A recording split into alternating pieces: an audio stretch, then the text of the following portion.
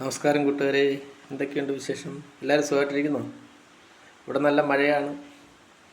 നിങ്ങളൊക്കെ ഉള്ളിടത്ത് മഴയൊക്കെ ഉണ്ടോ? നമുക്ക് ഇന്ന് കാവുകളെ പറ്റിയൊന്ന് നോക്കാം. എന്താണ് കാവുകൾ? ജൈവവൈവിധ്യത്തിൻ്റെ ഉറവിടങ്ങളാണ് കാവുകൾ. കാവ് എന്ന് കേൾക്കുമ്പോൾ തന്നെ നമ്മൾ ഒരു അമ്പലവും ഒരു കാവുമാണ് ഓർമ്മ വരുന്നത്. ബലിയിടുന്ന സ്ഥലം എന്നാണ് കാവിൻ്റെ അർത്ഥം.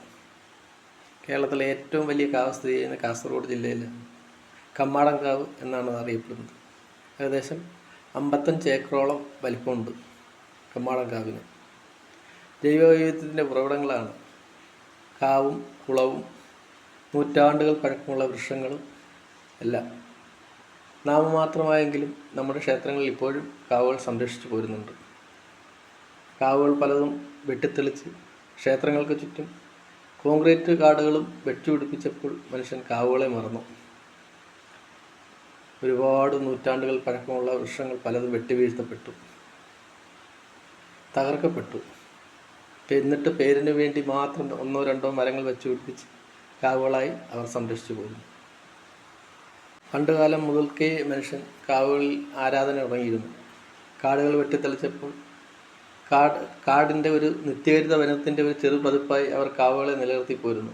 അവിടെ ദേവതാ സങ്കല്പങ്ങളും മൂർത്തികളും എല്ലാം ഉണ്ടായിരുന്നു. മണ്ണിനെയും മരങ്ങളെയും വൃക്ഷങ്ങളെയും പക്ഷികളെയും ജന്തുജാലങ്ങളെയും എല്ലാം ആരാധിച്ചിരുന്ന പ്രാചീന മനുഷ്യൻ കാവുകളെയും ആരാധിച്ചിരുന്നു. അവർ അവിടെ മൂർത്തികളെ സ്ഥാപിച്ചു. കാവുകൾ നിലനിർത്തേണ്ടത് ആവശ്യകത അവർക്കറിയാമായിരുന്നു. കാവും കുളവും ഒക്കെ ഒരു പ്രകൃതിയുടെ ഒരു ജീവനാഡിയാണെന്ന് അവർ മനസ്സിലാക്കിയിരുന്നു. അവർ സംരക്ഷിച്ചു പോരുന്നതെല്ലാം നമ്മൾ നശിപ്പിച്ചു കളഞ്ഞു. പലതും അന്യം നിന്ന് പോയി. പല കാവുകളും അപ്രത്യക്ഷമായി. കാവുകൾ നാമമാത്രമായി, പേരിന് മാത്രമായി. 1-2 ചട്ടികളിൽ 2 ചെടി വെച്ചിട്ട് അതും സർപ്പക്കാവ് എന്ന് വിളിക്കുന്ന ഒരുപാട് ക്ഷേത്രങ്ങളുണ്ട് ഇപ്പോഴും നമ്മുടെ നാട്ടിൽ. ഒരുപാട് ഔഷധ സസ്യങ്ങളുടെ കലവറയാണ് കാവുകൾ. കാവും കുളവും അതാത് പ്രദേശങ്ങളിലെ ജലസമ്പത്തിനെ പരിപോഷിപ്പിച്ചുകൊണ്ടിരുന്നു.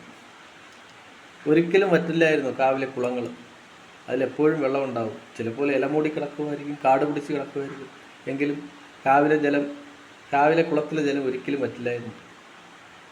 കാവ് തീണ്ടിയാൽ കുലം മുടിയുമെന്ന് പഴമൊഴിയുണ്ട്. നമ്മുടെ പൂർവികർ എത്രത്തോളം കാവിലും കുളത്തിനെയും സംരക്ഷിച്ചിരുന്നു എന്നുള്ള തെളിവാണ് അത്. കാരണം കാവ് തീണ്ടിയാൽ കുളം മുടിയും, കുളം മുടിഞ്ഞാൽ നാട്ടിൽ വെള്ളക്ഷാമം ഉണ്ടാവും, ജലക്ഷാമം ഉണ്ടാവും. അതവർക്ക് നല്ലപോലെ അറിയാമായിരുന്നു. ഗ്രാമങ്ങളിലെ ഭൂഗർഭ ജലനിരപ്പ് നിലനിർത്താൻ വലിയൊരളവ് വരെ കാവിലെ കുളങ്ങൾ സഹായിച്ചിരുന്നു. ഒരുപാട് ഔഷധ സസ്യങ്ങൾ, ഒരുപാട് ജീവികൾ, 3 ഇനം ഉഭയജീവികൾ, 10 ഇനം ഉരകങ്ങൾ, 77 ഇനം പക്ഷികൾ, 21 ഇനം സസ്തനങ്ങൾ, 60,000 ചിത്രശലഭങ്ങൾ, നിരവധി ഇനം സസ്യങ്ങൾ, കുളങ്ങളിലെ മത്സ്യങ്ങൾ എന്നൊക്കെ കാവുകളിലുണ്ടെന്ന് പഠനങ്ങൾ തെളിയിക്കുന്നു. നിത്യഹരിത വനങ്ങളിൽ മാത്രം കാണാറുള്ള തമ്പകം, വങ്കോട്ട, ഇലവർഗം, വെട്ടി മുതലായ കൂറ്റൻ മരങ്ങളും കാവുകളിൽ സാധാരണയായി കാണപ്പെടുന്നു. വനം നശിച്ചിട്ടില്ല എന്നതിൻ്റെയുള്ളൊരു ശേഷിപ്പുകളായി അവ ഇപ്പോഴും പല കാവുകളിലും നിലനിൽക്കുന്നുണ്ട്. നമ്മുടെ നാട്ടുപുറങ്ങളിൽ അങ്ങനെയുള്ള മരങ്ങളെ ഇപ്പം കാണാൻ പോലുമില്ല. നമ്മുടെ നാട്ടിലെ ഒരു ഊർജ്ജ സ്രോതസ്സായി നിലനിൽക്കുന്ന കാവുകൾ നാം സംരക്ഷിച്ചേ മതിയാവും. അനേകം വൃക്ഷങ്ങൾ, വംശമറ്റുപോയ ഔഷധ സസ്യങ്ങൾ, നാടിൻ്റെ ജീവനാഡിയായ കുളങ്ങൾ, ഇവയെല്ലാം നാം സംരക്ഷിച്ചേ മതിയാവും. 2022-23 കാലഘട്ടത്തിൽ കേരള സർക്കാർ കാവുകള സംരക്ഷണത്തിന് വേണ്ടി ഒരു ശുപാർശ കമ്മിറ്റിയെ നിയോഗിച്ചിട്ടുണ്ട്. അതിൻ്റെ പ്രവർത്തനത്തിൽ നമുക്ക് ആശ്വസിക്കാം. കാവുകളെന്നും മനോഹരമാണ്. നമ്മുടെ നാടിൻ്റെ ജീവനാഡിയാണ്. നമുക്ക് വേണ്ടുന്ന എല്ലാം കാവിലുണ്ട്. വായുവായാലും വെള്ളമായാലും എല്ലാം കാവ് പുറപ്പെടുവിക്കുന്നുണ്ട്. നാം അതിനുവേണ്ടി അവയെ നശിപ്പിക്കാതിരിക്കുക. കാവുകൾ അവർ തനിമയോടെ തന്നെ നിൽക്കട്ടെ.